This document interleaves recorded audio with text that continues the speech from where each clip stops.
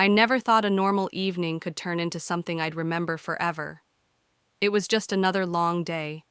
I was tired, stressed, and all I wanted was a quiet shower to wash everything away. The warm water was soothing, and for a moment it felt like the world outside didn't exist. But then I heard the door creak. At first, I thought I was imagining it. Maybe the wind or just my overthinking mind playing tricks. But no. Footsteps. Slow, careful, unmistakable. Someone had entered. My heart skipped. I wasn't expecting anyone. I didn't lock the bathroom door. I never do when I'm alone at home. 1,000 thoughts ran through my mind. Should I call out? Should I panic? But I didn't move. I didn't say a word. I stood there frozen under the running water, listening. And then, his voice. Familiar, quiet, but unexpected. It was him. The last person I thought I'd see again, let alone like this. We hadn't spoken in weeks. Things ended on a strange note, confusing, unfinished. I didn't know what to say then, and honestly, I didn't know what to say now either. He didn't raise his voice. He didn't come too close. But he didn't leave either. He just stood there, as if waiting for a sign. A moment passed. I didn't stop him. I didn't tell him to go. And I still don't know why. What happened next changed everything. If you've ever had a moment that made your heart race and your mind freeze, you'll want to hear the rest. Because this story isn't just about an unexpected visitor, it's about what's left unsaid, what lingers in silence, and how sometimes the past doesn't knock. It walks right in. I didn't turn around right away. The water kept falling over me, loud and steady, masking the silence between us. My thoughts were racing, but my body refused to react. He was really here, after everything, after all that silence. I hadn't seen or heard from him since that night we fought in the car, the night everything fell apart without us even realizing it. We left things hanging, sharp words, and even sharper silence. And now, here he was, standing just a few feet away while I stood behind the shower curtain, unsure if this was real or a dream slipping into something strange. He didn't move closer. He just stood there, as if waiting for me to say something first. And maybe that was the strangest part. He wasn't forcing his way in. He wasn't demanding anything. Just waiting. Like he had every right to be there, and yet wasn't sure he belonged anymore. I finally spoke, my voice barely louder than the water. "What are you doing here?" He hesitated. I heard the soft sound of him shifting on his feet, like even he didn't expect to be here. I didn't know where else to go. That answer didn't help.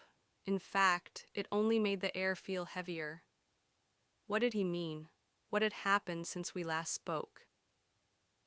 100 questions started lining up in my mind, but none of them made it to my mouth. I stayed under the water, not because I wanted to, but because I didn't know what else to do. My thoughts were pulling me in two directions. One part of me still angry at him, still remembering the way he walked away like I didn't matter. The other part, still missing him, still aching for answers I never got. He sounded tired, not just physically, but the kind of tired that sits in your chest, the kind you can't sleep off. I could hear it in his voice. "I shouldn't have come," he added quickly. I didn't think. I was driving, and I ended up here." I didn't answer right away. I didn't even know if I wanted him to stay or go. But something in me told me this wasn't just a random visit. Something had happened. Something big. And whatever it wasn't just about us anymore. I shut the water off slowly, the sound fading into a thick, quiet stillness. I grabbed the towel without a word, my hands trembling slightly, not from the cold, but from the weight of whatever this was becoming. I didn't even look at him when I stepped out. I couldn't. Not yet. There was too much in the air, and I wasn't ready to face it all at once. He stood near the door, hands in his pockets, eyes low like he was scared to meet mine. It didn't suit him. He was always the confident one, always had an answer, always knew what to say. But now he looked different, not just tired, uneasy, like he was carrying something he didn't know how to put down. I wrapped the towel around me and leaned against the sink, trying to breathe steady. You didn't come here just because you were driving around. He finally looked up, and in that moment I could tell. Something was wrong. Not the kind of wrong where you just had a bad day, but the kind that changes things. The kind that doesn't go away the next morning. I didn't know who else to talk to, he said softly. It's about my brother. It's... That caught me off guard. I hadn't heard him talk about his brother in ages, not since the whole fallout with his family last year. I remembered the tension, the phone calls that ended in shouting, the messages he never replied to. It had been messy and painful. What happened? He shook his head. I can't say. Not yet. But something's going on. He's in trouble. Real trouble.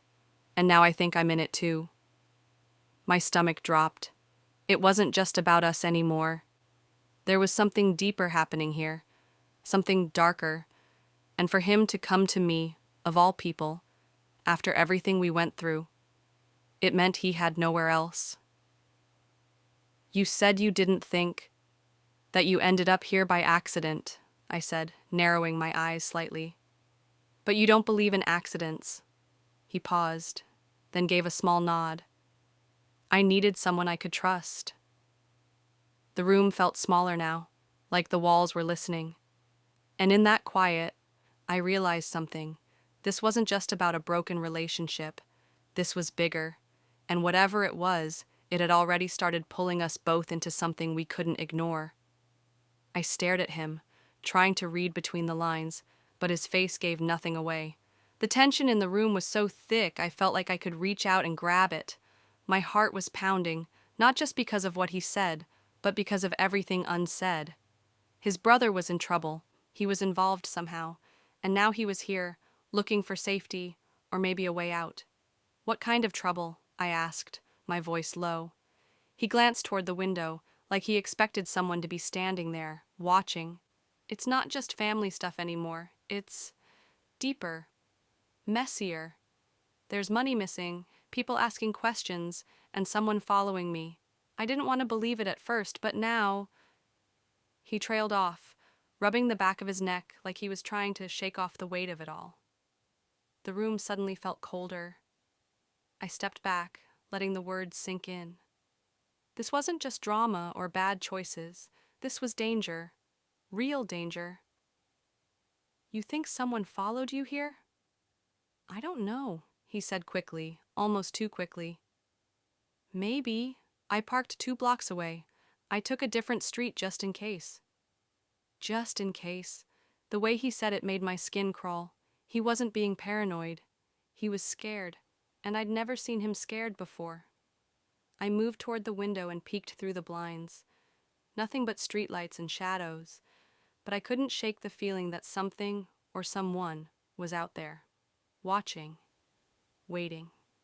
He stayed by the door, his posture tense. I shouldn't have brought this to you. You're not part of it. You don't deserve this. I turned to him sharply. You don't get to decide that now. You showed up here, remember? Whatever's happening, you brought it to my doorstep. He nodded, guilt flashing across his face. I didn't know where else to go. I thought maybe you'd still care enough to listen. I wanted to be angry. Part of me was angry. But another part, the part that hadn't stopped caring, was already too deep in it. If someone really was watching him, if this mess with his brother was as bad as it sounded, then we were already in the middle of it, whether we liked it or not. Suddenly, we both froze at the sound of something, just outside. A soft click, like a car door, or a camera shutter. It was quiet, almost nothing, but in the silence of the room, it was deafening. I looked at him. He looked at me. We didn't say a word. Then another sound, closer. A shadow passed by the window, not fast, slow, deliberate. He stepped forward instinctively, grabbing my arm. We need to leave, now. My pulse spiked. Where would we even go? I don't know, but if we stay here, we're sitting targets.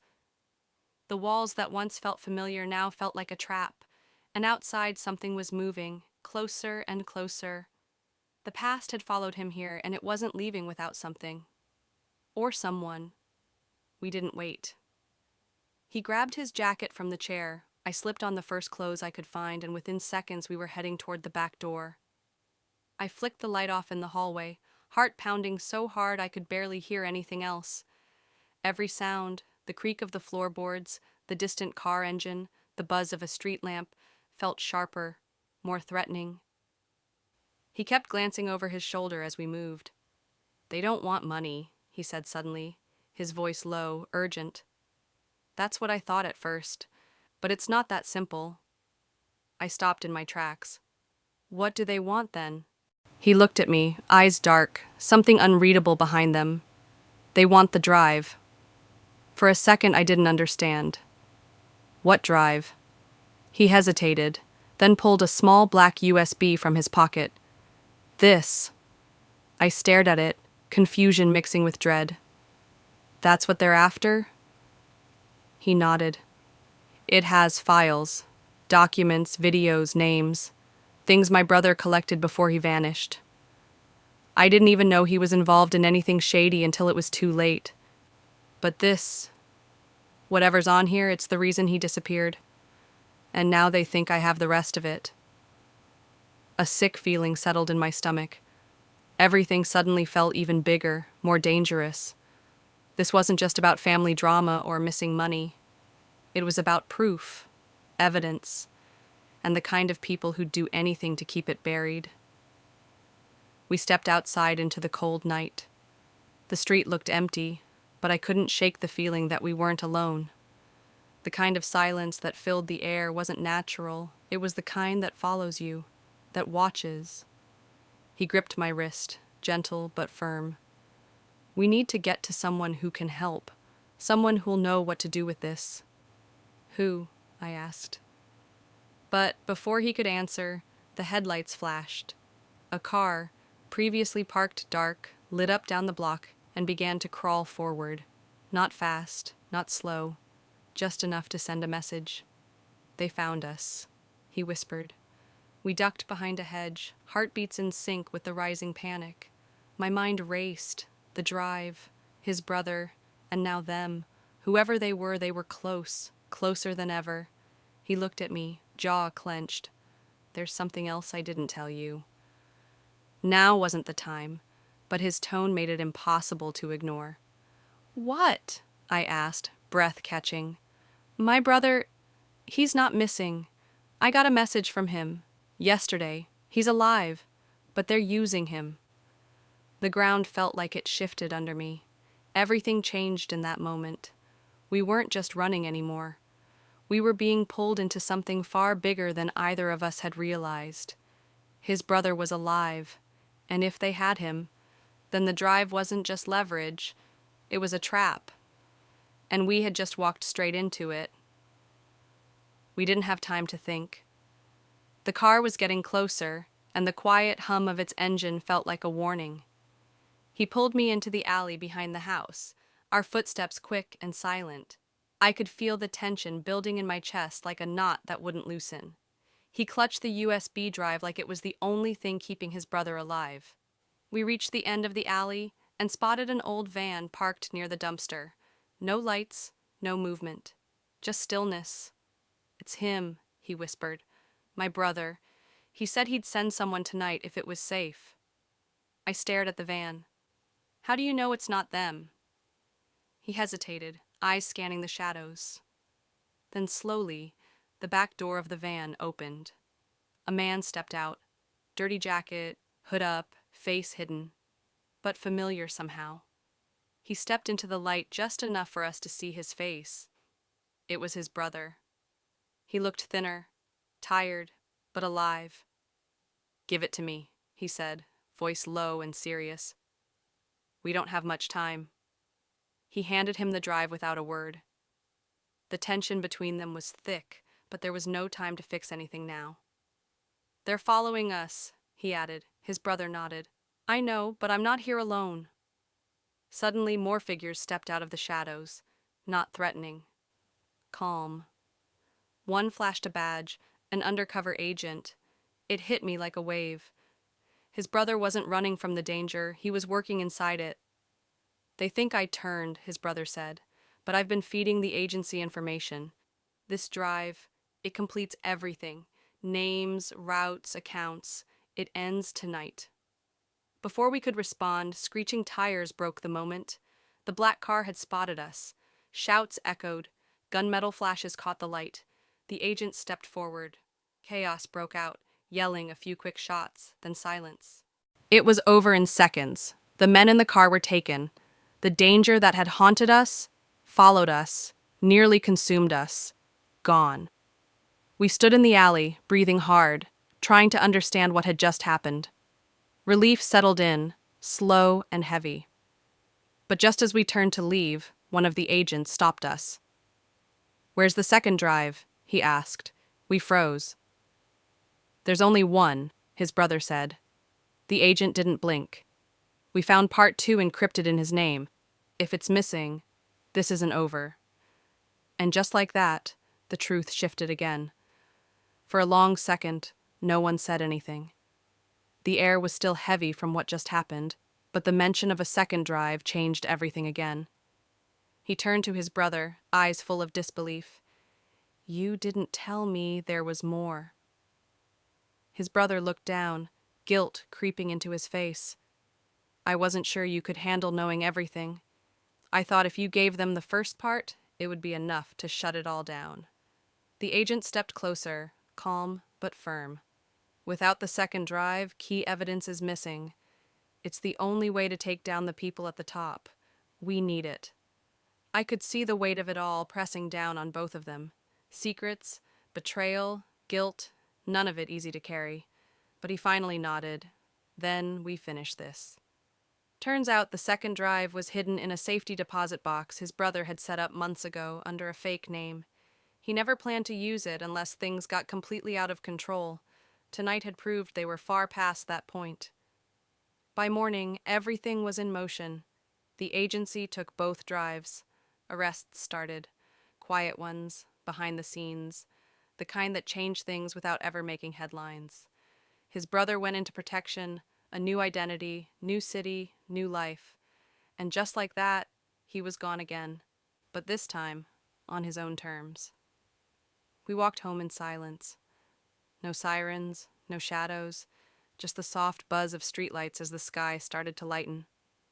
I looked at him, tired, worn out, but different. Lighter, maybe. Or maybe just finally free. "You didn't have to bring me into this," I said, not accusing, just honest. He looked at me, and for the first time in a long while, he smiled. I didn't know where else felt real. I didn't respond. I didn't need to. The story didn't end in a dramatic escape or perfect ending, but the danger was over. The fear, the running, the unknown, it all finally had a name. And sometimes that's all you need to start breathing again. Life went on, quiet, simple, almost normal. But I never forgot that night, the knock that never came, the moment I didn't stop him, and how one choice pulled us back into each other's lives and into something bigger than both of us. Not every story ends with answers, but some end with peace, and that was enough.